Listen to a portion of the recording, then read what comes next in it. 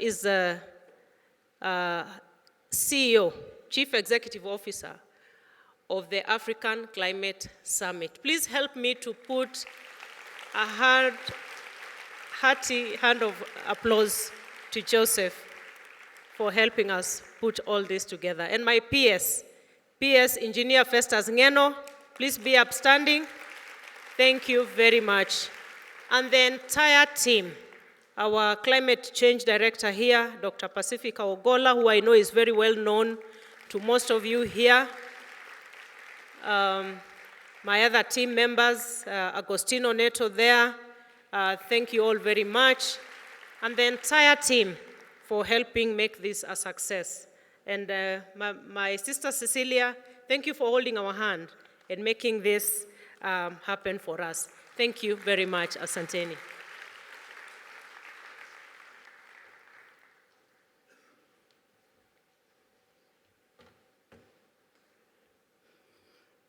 Your Excellency Minister, really a great thanks. I really, sometimes I feel like shedding tears. I say this from the bottom of my heart because when I arrived here last week, Wednesday, to join the UNFCCC team that had been here for several months, working very closely with the government of Kenya and the African Union to organize this and make sure that it was a success. You will recall, Honorable Minister, that we were worried. And as soon as Simon Steele arrived here, he was like, what can I do to help? What can I do to help? And I told him, I am from Kenya. I am a daughter of the African soil. And I'll tell you, everything will be perfect. When I called him an hour ago, and I said, you know, Simon, I'm sitting in your office. And he said, oh, he was so excited. He was happy. And I'm going to be reading his statement now, but just to tell you that he left Kenya with a warmness at heart, with some joy. You should have seen us taking photos here at this podium. We were excited. He was really happy. And he left with a fullness of mind that Africa supports everything that the UNFCCC does, and that will be coming in a big way, with not just words, but with commitment and action, not only to COP28, but to the plight, to addressing the plight of climate change. So thank you very much for the warm hospitality. Allow me to read his statement. On behalf of Simon Steele, the Executive Secretary of the United Nations Climate Change Secretariat, I have the privilege and honor to deliver the concluding remarks of what has been an extraordinary week for Kenya, for Africa, and for the whole world. This week started with the Africa Climate Summit that has been incredibly successful. And allow me once again to congratulate the Kenya government, here represented by Her Excellency the Cabinet Secretary, Minister Rosalinda Soipan-Tuya, and also by all your staff here. The summit has resulted in several announcements and pledges from countries in Africa and around the world. These announcements tell us a story of investment in Africa, but also of the capacity of Africa to develop and implement solutions to fight effectively climate change. The summit transitioned smoothly and integrated into it the Africa Climate Week, allowing the United Nations Climate Change Secretariat and its global and regional partners to deep dive into crucial thematic discussions. You have already heard from my colleagues here, of course, led by Alejandro, who delivered the takeaways from the thematic sessions, and in previous sessions about the thematic tracks and the key messages emerging from the over 200 events that took place here in the last 5 days.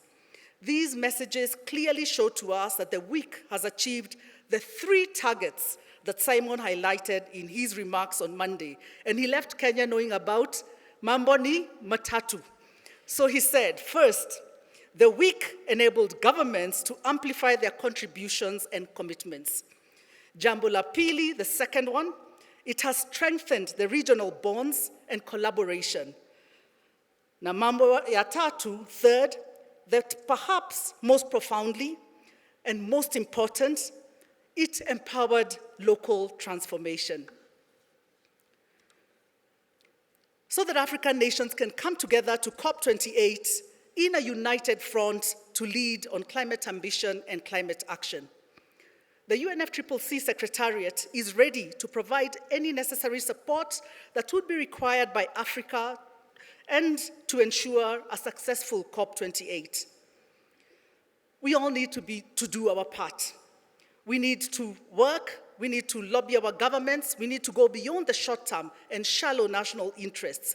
We need to keep our children and grandchildren in mind as we prepare to come with our common position to COP28 in Dubai. We need to negotiate for all humans, since no country will win in this life and death sentence if not everybody wins.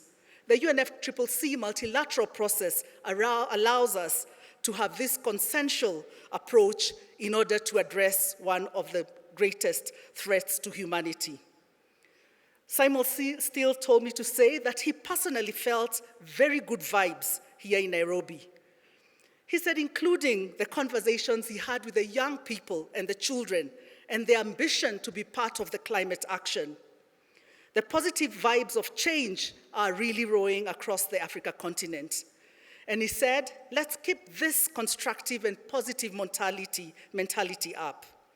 As you may know, at COP28, the first global stocktake will conclude. And we already know that we are not on track to achieve the Paris Agreement goal and objectives. Therefore, our response to the technical findings, which will be presented to COP28, will represent an opportunity to adjust course correct towards a sustainable future and a 1.5 degree target. And just to mention here that today and this evening marks the delivery of the synthesis report to the global stocktake. It's actually been released tonight, so I'm urging all of you to have a look at what it is that the technical dialogue of the global stocktake says and the key messages it will be taking to COP28. The discussion that took place here has informed us of the regional challenges, the barriers, the solutions, but most importantly, the opportunities for climate action and support within the context of Africa. We will bring these messages forward, and as we mentioned, we will carry them throughout the remaining 3 regional climate weeks. Therefore, the summit and the climate week have been important stepstones on the path to a successful COP28. 30th of November, as the minister mentioned, is round the corner. It's less than 100 days. And it's crucial that we keep this momentum going on climate change and the discussions which can progress and even further progress in the coming months. The Secretary General Summit, which will be held on the sidelines of UNGA, the United Nations General Assembly, the pre-COP in October, end of October 30th and 31st in Abu Dhabi, and the 3 more regional climate weeks that I've spoken about are just some of the several events and opportunities that will help advance the discussions that you have heard here about climate change and help all of us to create regional and global consensus towards successful negotiations in Dubai. Mr. Simon Steele says he feels very proud in saying that these 5 days have shown to the world. And I will say, indeed, yes, I have seen huge coverage across international media, across all the social media platforms, and this event was organized in a way and delivered in a way that it has set the bar so high for the upcoming events mentioned before. Well done, Kenya. Well done, Africa. And well done to all of you who participated. I would like at this juncture also to thank our UNFCCC team. And I'd like to call on Nicholas Venningsen. Where is he hiding? You see, he always likes to keep the backbench. Please come over, Nicholas. Nicholas, please come over. Yes, I think that's the humility with which Nicholas leads. Nicholas has really been the leader, the manager, the logistics, the spanner man. He's been doing everything. And I just wanted you come up here and allow me to say a big thank you on behalf of the team. Thank you so much. Thank you. Well done. Thank you. Well done. Thank you. Nicholas, before you go, I'd just like to request the team, Nicholas' team, Luca, Alejandro, please, everybody who was part of Nicholas' team, just stand up so that everybody can see you. It was a huge team. Yeah. Thank you, you've done a great